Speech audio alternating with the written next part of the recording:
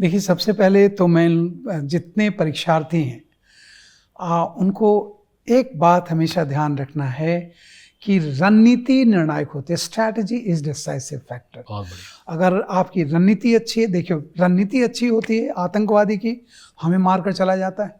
26/11 में देखिए पूरा मुंबई तहस नहस करके चला गया 10 लड़कों ने। उनकी रणनीति अच्छी थी हमसे। हमारी रणनीति जब बढ़िया हुई तो हम बालाकोट में देखिए क्या करके आए, उरी में क्या करके आए। तो आपने कितना पढ़ा है, कितनी किताबें हैं, कितने नोट्स हैं, कितने घंटे पढ़ रहे हैं, वो सब बातें आप भूल जाइए। आपकी रणनीति क्या है? रणनीति से आशय है धीरे धीरे धीरे धीरे अब आप अपनी पढ़ाई को कम कीजिए। आपको अटपटा लगेगा, लेकिन याद रखिए प्लेन की सॉफ्ट लैंडिंग के लिए स्पीड कम किया जाता है। अभी तक आप अपने तेज गति से पढ़ रहे थे, जैसे जैसे परीक्षा नज़दीक आए उसको स्टडी आवर्स को कम करना शुरू करिए। ये बादशाह है शरीर का, इसको शांत होने दीजिए। ये परीक्षा भवन में आपको आप बहुत साथ देंगे। मोनार्क है ना बॉडी का, ब्रेन, ये आपको साथ देंगे। इनको टॉर्चर मत कीजिए आप। और जो तैयारी आपने कर ली है वो कर ली है। अंतिम क्षण तक अगर आप रिवाइज करते रहेंगे तो मैं यही कहूँगा आपसे कि आप कटाई के समय यूरिया फेंक रहे हैं।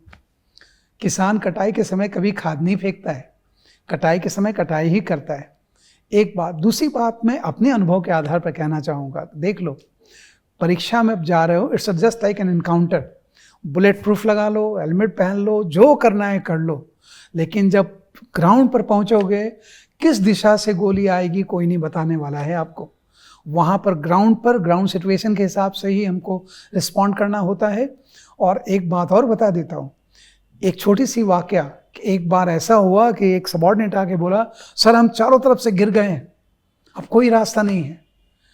तो एक उत्साह में आया एक जवाब आया जो कभी नहीं भूला था उनको ना मुझे। मैंने कहा अब चिंता करने की कोई ज़रूरत नहीं, निशाना लगाने की कोई ज़रूरत नहीं, मारो धुआंधार जिधर मार सकते हो, क्योंकि चारों तरफ से घिरे हुए। तो यही सोच के जाओ कि चारों तरफ धुआंधार चलाना है। जो तैयारी करनी थी कर लिया आपने। इंसाइक्लोपीडिया कोई नहीं हो सकता, ना आप ना हम।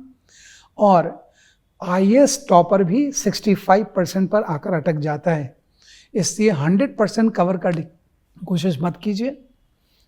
जोखिम लीजिए, जोखिम लेना ही होता है। सबसे बड़ा जोखिम यहाँ है जो हार्ट बीट हो रहा है, ये जोखिम लीजिए। No risk no gain. जोखिम लीजिए, दुस्साहसी की तरह परीक्षा दीजिए कि अब जो होगा देखेंगे, परिणाम सकारात्मक होगा। जय हिंद। और अंत में सबसे बड़ी बात सर, ब्रेन स्टॉर्मिंग के प्रक्रिया में विद्यार्थी सबसे पहले अपने फिजिकल और मेंटल हेल्थ पे ध्यान दें, क्योंकि मैं ये नहीं कह रहा हूँ कि नियति ने तय कर रखा है, आपके मेहनत का कोई महत्व या रोल नहीं है।